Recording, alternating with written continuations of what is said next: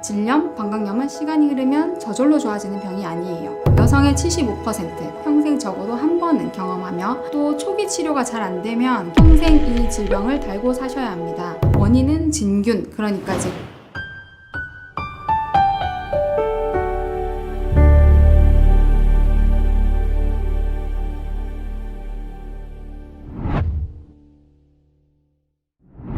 안녕하세요. 진심 어린 공감으로 몸과 마음을 치유하는 참다운 한의원 한방부인과 전문의 박영애 원장입니다. 네, 제가 모형을 보여드릴 건데요. 지금 여기 자궁이 있고 이 부분이 난소, 그리고 이 부분이 질입니다. 그리고 방광은 이 앞쪽에 방광이 있습니다. 방광염은 감염으로 염증이 생긴 것을 말하고요. 질염은 질의 점막에 염증이 생긴 것인데 감염으로 인한 경우도 있고요. 폐경 후에 질 점막이 얇아져서 생기는 위축성 질염도 질염에 포함됩니다. 주요 증상은 하루 8번 이상 소변을 자주 보면서 갑작스럽게 소변을 보고 싶었을 때 참지 못하거나 배뇨 후에도 시원하지 않고 소변을 볼 때 통증이 발생하는 것인데요. 소변이 탁하거나 냄새가 나기도 하며 심한 경우 아랫배가 심하게 아프고 소변에서 피가 섞여 나오기도 합니다. 질염의 주요 증상은 덩어리지거나 노란색 또는 회색의 질 분비물이 많이 나오는 것인데요. 가렵거나 따갑고 냄새가 나거나 성교통을 동반하기도 합니다. 두 질병 모두 감염으로 인한 염증 상태는 공통점인데요. 증상 자체가 좀 다릅니다. 질염은 질 분비물이 늘어나고 냄새나 가려움, 통증을 동반하는 것이고요. 방광염은 소변 횟수가 늘면서 소변을 참기 어렵거나 시원하지 않으면서 배뇨통이나 하복통을 동반하는 것입니다. 질의 감염으로 상행성으로 방광염이 오기도 하고요. 그래서 방광염이 있으면서도 질염이 있는 분도 있고요. 또 면역과 관련이 있어서 스트레스가 과도하다든지 과로를 한다든지 잠을 충분히 못 잔다든지 할 때 그렇게 면역이 떨어진 상태에서 쉽게 감염이 되기 때문에 방광염과 질염이 동시에 발생하기도 합니다. 방광염은 급성 방광염과 만성 방광염으로 나눌 수 있습니다.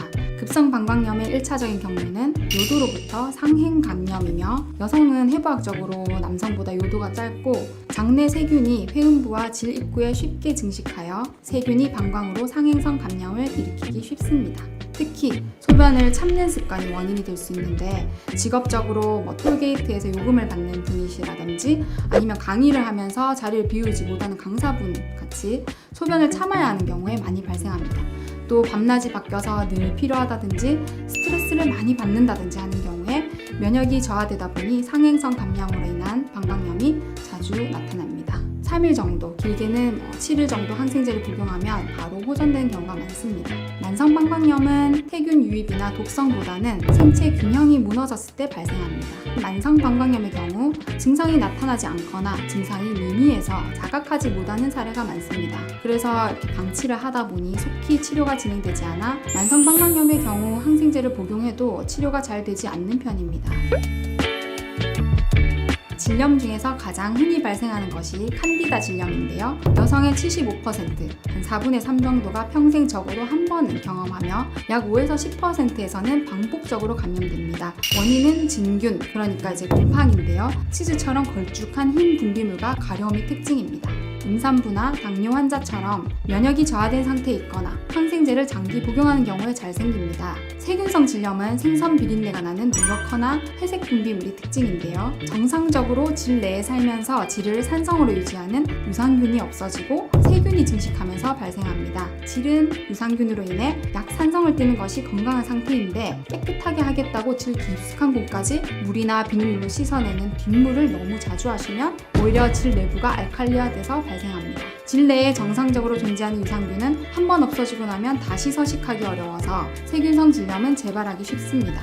마지막으로 트리코모나스 질염은 악취가 나는 누런 분비물이 나오면서 가렵거나 외음부가 부어오릅니다. 트리코모나스 질염의 가장 흔한 전염 경로는 성관계지만 또 이 트리코모나스 원춘이 물에서도 움직일 수 있는 능력이 있어서 목욕탕이나 수영장, 젖은 수건 등을 통해서도 감염될 수 있습니다. 마지막으로 위축성 질염은 감염과는 관계가 없고요. 폐경이 되면서 여성 호르몬 분비가 줄어들면서 질 점막이 약해져서 마찰에 의해서 가렵다든지 따갑다든지 하는 염증 증상이 나타납니다.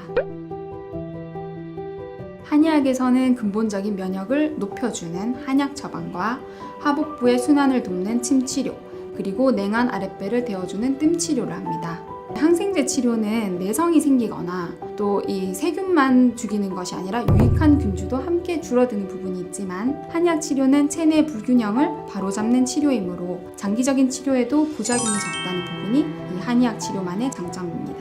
참다운 한의원에서는 같은 증상을 가지고 내원하신 방광염 환자라도 이 태음인이라든지 소양인이라든지 이렇게 체질이 다를 수 있기 때문에 체질적인 소인에 따라 다른 한약을 처방하고, 또 증상이 심할 때 이 탕약 외에 한약 성분으로 된 알약을 따로 처방해서 복용하시도록 합니다. 이 약 먹는 것만으로 치료가 되는 것이 아니라 체질에 맞는 식이요법 요거를 지키도록 말씀드리고 생활 습관 교육을 해드립니다. 치료로는 왕뜸, 침 이 외에도 출력이 높은 고주파 기기를 이용한 신부열 치료, 온궁치료라고 하는데요. 온궁치료와 약침치료 같은 여러 가지 치료를 함께해서 시너지 효과를 내고 있습니다.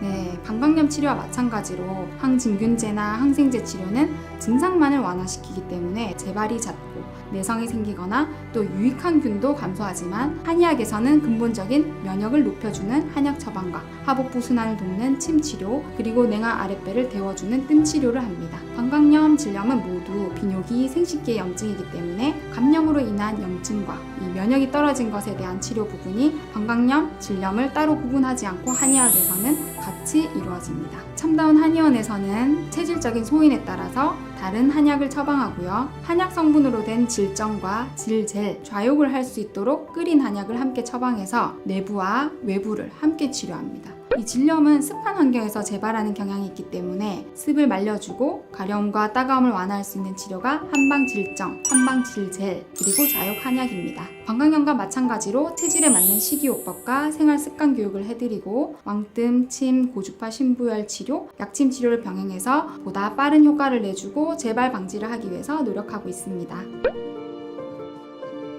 네, 생리만 하면 생리 끝날 무렵에 질염이 발생한다는 분들이 계시는데요. 그런 분들은 순면 소재의 생리대, 자극이 적은 생리대를 쓰는 방법이 있고요. 또 가려움이나 통증이 있을 때는 맑은 물을 38도에서 39도 정도로 체온보다는 조금 높게 해서 좌욕을 해주시거나 습을 말려주시면 약간은 완화가 될 수 있습니다. 또 급성 방광염이 온 분들은 따뜻한 물을 많이 드시고 아랫배에 온찜질을 해주시면 통증이 어느 정도 완화되실 수 있습니다. 네, 앞서 말씀드린 바와 같이 질내 환경은 약산성이 좋은데요. 질세정제나 청결제를 사용하면 오히려 이 질내 환경을 알칼리화하기 때문에 더 악화될 가능성이 있습니다. 그래서 질세정제는 되도록 질내 환경과 비슷한 약산성 성분을 사용하시거나 한약재 성분으로 된 것을 구입하셔서 질 속으로 너무 깊지 않게 주 1회, 2회 정도만 사용할 것을 권해드립니다. 또 생식기 주변을 습하지 않게 건조하게 유지하는 것 역시 중요한데요. 그러려면 꽉 끼는 속옷이나 꽉 끼는 바지, 꽉 끼는 수영복 이런 부분을 되도록 피해 주시고 속옷도 면 소재로 입어주시는 것이 좋습니다. 유산균의 섭취가 도움이 될 수 있어서 권장하는 부분이지만 예방에 큰 도움이 되는 것은 아닙니다.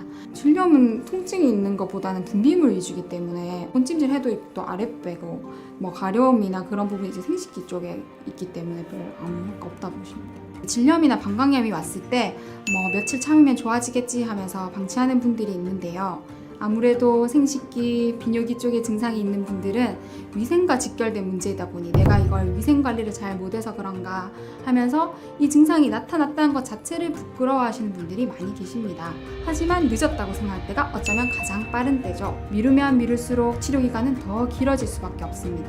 또 초기 치료가 잘 안 되면 결국 만성질염, 만성방광염이 돼서 평생 이 질병을 달고 사셔야 합니다. 질염, 방광염은 시간이 흐르면 저절로 좋아지는 병이 아니에요. 내 몸의 면역을 높여서 세균 감염으로부터 자유로워지기를 바랍니다. 진심 어린 공감으로 몸과 마음을 치유하는 참다운 한의원. 궁금하신 사항은 아래 댓글을 통해 질문 주시면 친절하게 답변 드릴 수 있도록 하겠습니다. 오늘 영상이 유익하셨다면 구독과 좋아요, 알람 설정까지 부탁드려요. 안녕!